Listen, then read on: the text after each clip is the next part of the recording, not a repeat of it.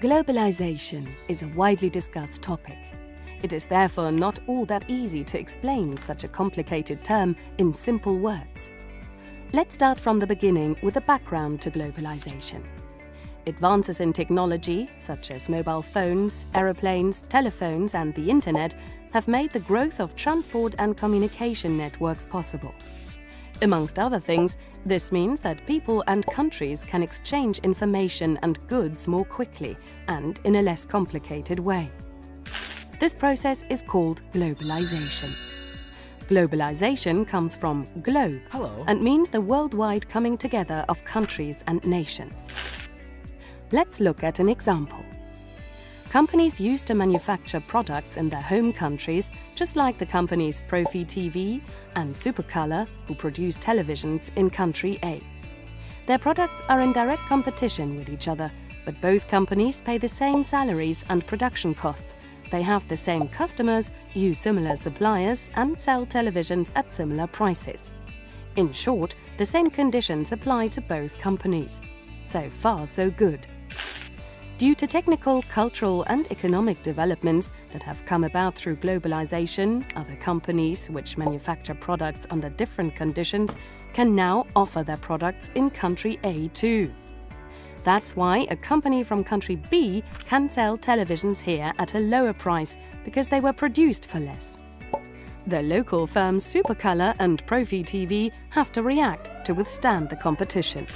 And so the world grows closer together, and there is an active exchange of goods between countries. More affordable products are available for more people. However, not only does an exchange of products and economic goods take place, but also of services, knowledge, cultural goods, and even languages. All of these individual elements are closely linked and influence each other. But where there is light, there is also shadow. Because of globalization and this intense exchange of goods, people and the environment often suffer. If a company decides to move production to an economically disadvantaged country, people in industrialized countries lose their jobs. At the same time, job opportunities open up to many locals in the economically disadvantaged country. Many people in these countries work for very little money in comparison to those in industrialized countries. Therefore, they often remain poor and more often than not do not have sufficient insurance, social insurance, or health insurance cover. A further disadvantage of globalization is ecological problems such as climate change. The use of aeroplanes, ships, and lorries to transport goods over international borders is constantly on the increase. This causes more carbon dioxide to be released into the atmosphere, which, in turn, is the main cause of global warming.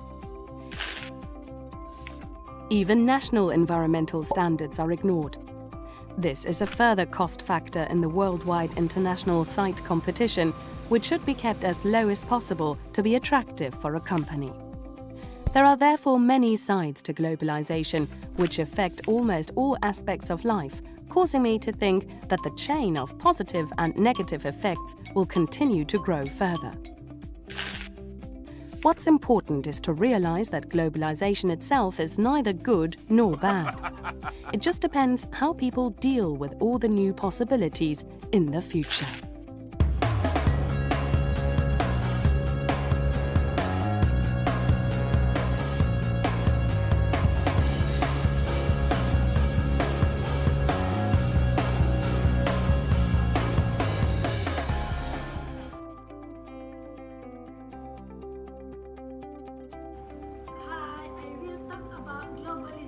Globalization is the spreading of the product, idea, and religion among different nations and countries. Globalization can be into four categories, include economy, environment, culture, and technology. The first is economy. How has globalization impacted economy around the world? It has created jobs around the world in many countries. In China, job has been created for people to make Apple product, more specifically iPhone.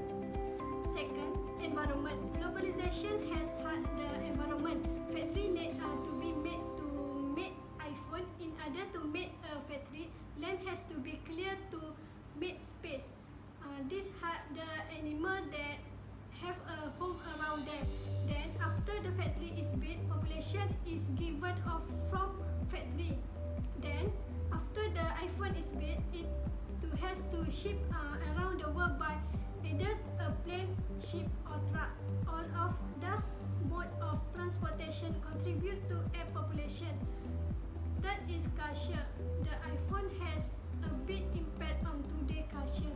Most students now has iPhone and it what we use. Whenever class ends, it has changed our culture a lot. If we did not have globalization, then we have less advanced technology. Last is technology. Globalization has played a big part in technology. The iPhone itself is technology. Without technology, then we would not have anything to make our product. Also, technology has played a part is getting us our product. Without plane, ship and truck, we would have no way of transporting goods. Thank you.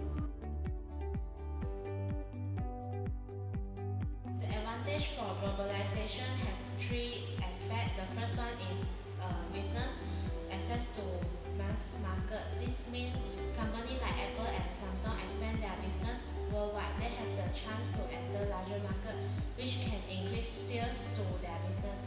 The second is customer, like Lazada. Customer can search for the lower price product in Lazada, as Lazada has wider choices of product from lowest price to highest price. The third one is to countries. Globalization can help to improve standards of living in both developed and developing countries because of using the high technology product. The advantage of globalization also from three aspects.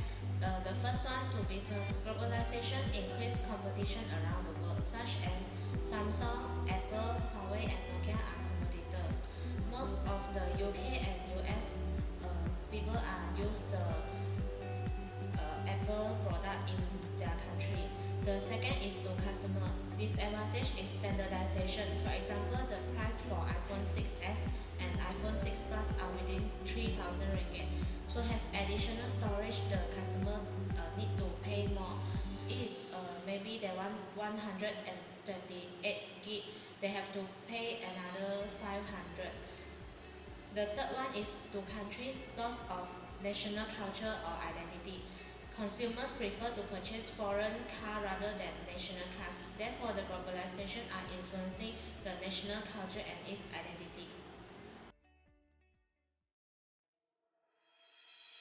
Hi everyone, I'm KAYALVILY here to talk about the implication for individual, group and organization. Okay, first of all, globalization gives an implication towards the group and individual. How the globalization implicate to the group and individual? Yeah, there is when environmental demands organization change as it almost continuously does, then we as individual have to respond to it. Okay, will becoming nowadays increasing of uncommon for people who work within a stable environment and undertake the similar environment and to change rapidly as the business environment are changing. Okay, let's say the individual need to develop their new skill and the behavior according to the globalization chapter in order to make themselves compete with the other staff, especially to the staff when themselves compete with the other staff, especially the staff who work as a contract staff. Okay, when the globalization happen, contract staff need to compete with the permanent staff. Okay. Second part is about implication of globalization to organization. Okay. Nowadays, many organizations have restructured internally, realigned their businesses to improve their technological positioning to achieve the competitive advantage and adjusted their product market portfolio. Okay, Most of these changes reflect a conscious respondents to the turbulence in the business environment, including recession and a deliberate effort to influence that environment. Okay. Other than that, many organizations have undergoes a fundamental change because the environmental as itself transformed. Okay. As an example, nowadays the researchers are proof that among them some notable management have attempts to predict the way in which organization will change in the next decade and beyond. Thank you.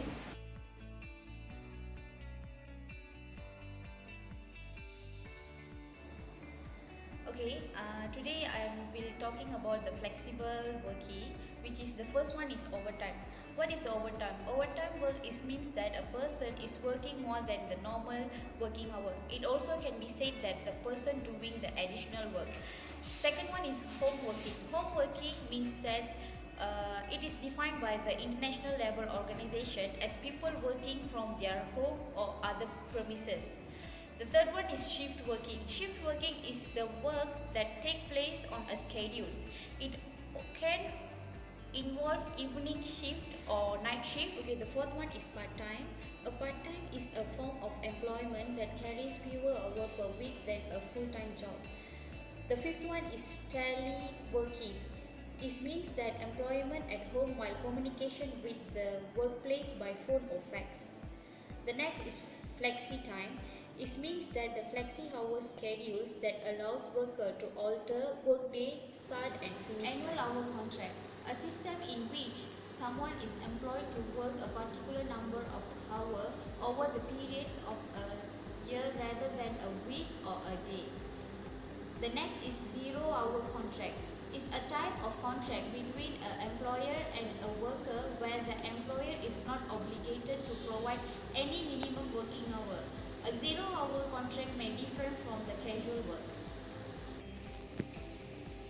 Next is about the temporary staff. It means that an individual typically hired to help a business may increase short-term demand for its product or services that do not have the status of permanent staff. The lastly is job sharing. Job sharing or working sharing is an employment arrangement where typically two people are retained and a part-time or reduced time basis to perform a job normally fulfilled by a person working full-time.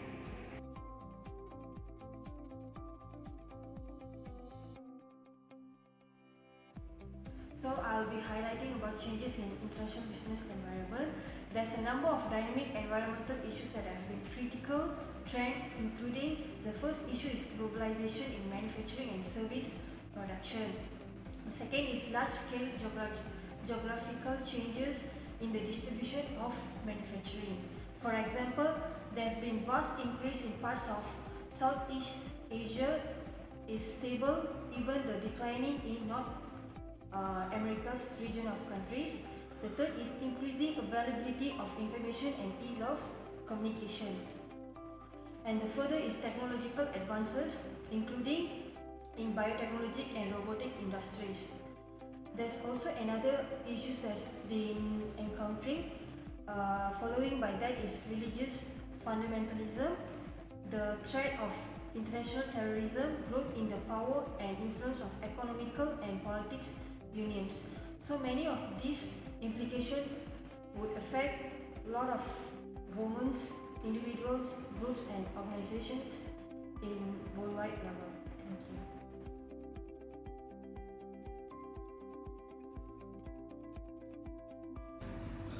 The topic for the discussion today is globalization, changes and challenges. So what does it mean? What do you understand about globalization? Globalization means the relationship that we are having a country and another country and other countries all around the world. That is globalization. For instance, Africa and Asia and the USA and all of the countries within the globe itself. The relationship that is held between the countries, that is called as globalization. So what changes, what challenges, what changes does it make to the politics, right?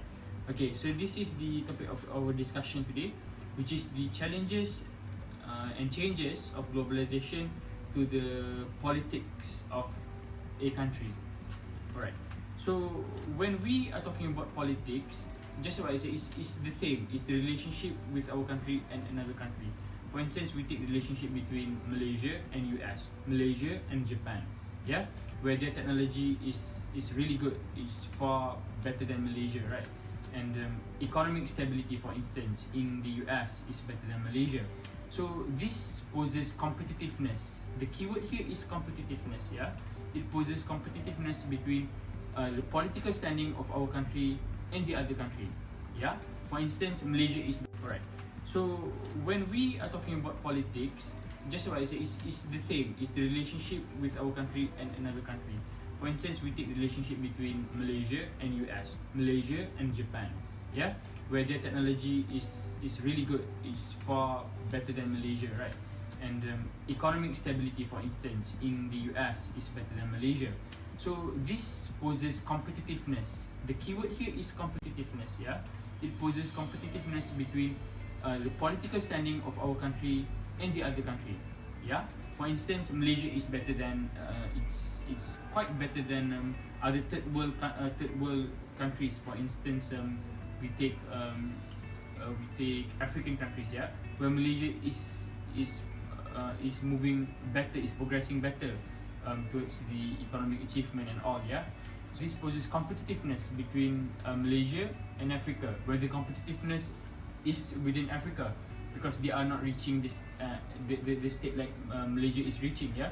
So they have to do something in order to achieve the balance, yeah, the economic balance or the competitiveness balance between their country and our country. In the case of our country and more better country, for instance, Malaysia and the USA, yeah, it poses competitiveness for us. Just now it's for the African country because we are better than them. But in this case, where USA is better than us, it poses the actions needed to be taken by the government in order to achieve the balance of the competitiveness between our country and other country, or between the lesser developed country and the well-developed country. So there are certain steps or certain actions that can be taken by the government itself, which are for, just number one, directly investing in an industry. Yeah, for instance, when Malaysia is investing in Panasonic, yeah, we can actually improve our economic standing and eradicate the competitiveness that we are having by transferring the money. Yeah, when we investing in them, they will give to us the benefit. Yeah, the benefit of investment, and that will improve the economic prosperity of our country. Therefore, reducing the competitiveness that we are having between our country and another country. Yeah, and then second is providing training. What do I mean by this? In order for our country to be well developed, yeah, the human resource that we have should be able to have the skill sets. Should be able to have the skill sets of a modernized country. For instance, people in Malaysia, they don't have certain technological skill sets, so we send them to Japan. Yeah, we send them to the UK or any other skill sets that we need in order to train them, so that they will have the knowledge to bring back to Malaysia and practice it in Malaysia, so that Malaysia can become at par with those modernized country, which we will needing it. Yeah, for instance, we need financial skill sets, technological skill sets, banking sectors and industrial sector skill sets that we can train our human resource by sending from Malaysia to other countries. And then providing state-of-the-art infrastructure. Yeah, for instance, Malaysia itself. Yeah, Malaysia, even if we have a lot of money, economic prosperity, but if we don't invest in infrastructure, we still can compete with the other modernized country, like the US and all. So what we have to do is improve our infrastructure by building buildings and other facilities. Yeah, the last but not the least, facilitate international trade. So what do I mean by facilitate international trade? Just what I told you just now. For instance, between Malaysia and Japan, yeah, we try to import their products and we try to export our products to their country, so that there's a healthy economic system going on, and that we can try to capitalize on the benefit on the other countries' wealth. Yeah. So by doing this, we can improve our economic system and reduce the competitiveness, because it's the trade. Yeah, the trade is going on, and we can capitalize on their strength, on their export strength, and they can also capitalize on our. Hello, hi, my name is KHALIDA and I am from 22A. Okay, now I will explain about public sector for globalization. Okay, what is public sector? Public sector is a organization owned by the government. For example, Apple product is one example of the public sector. On the website of Apple itself, there is a section listed as government, Apple product for government. Okay, in which providing the variety of program on the Apple product. Okay. Next, when we purchasing Apple product, we need to fulfill the agreement and terms for everyone else. US government also embrace iPad 2 for the employee in the organization of US to provide the productive employees. Even Barack Obama also use iPad 2 for himself. Moreover, government also give a public funding research for Apple product, for Apple Store to find the research for the technology. In return of the globalization, Apple product supply high technology for the employee for the organization in US. Okay, now I will explain about the change scope of public sector. Government entry a new technology for the public sector. For example, they presenting exciting opportunities for transforming the nature of workplace, such as people can work from home and have a flexible hours for the work time. Okay, and they also can work from distance. Technology that the Apple provides, encouraging borderless workforce and become expansion of the talent pools. In providing the new technology, government also cut the difficulty subsidence, but government higher the demand for the employee in term of state pension, healthcare, and the welfare system for the employee. Okay, now I will explain about the change scope of public sector. Government entry a new technology for the public sector. For example, they presenting exciting opportunities for transforming the nature of workplace, such as people can work from home and have a flexible hours for the work time. Okay, and they also can work from distance. Technology that the Apple provides, encouraging borderless workforce and become expansion of the talent pools. In providing the new technology, government also cut the difficulty subsidence, but government higher the demand for the employee in term of state pension, healthcare, and the welfare system for the employee.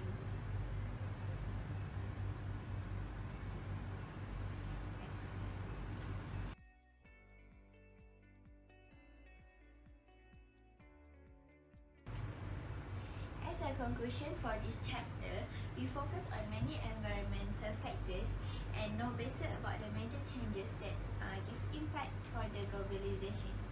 Okay, we also know about the trend and discover the importance of examining problem from different perspectives, including group, individual, organization from different geopolitical scales from local to global. Thank you.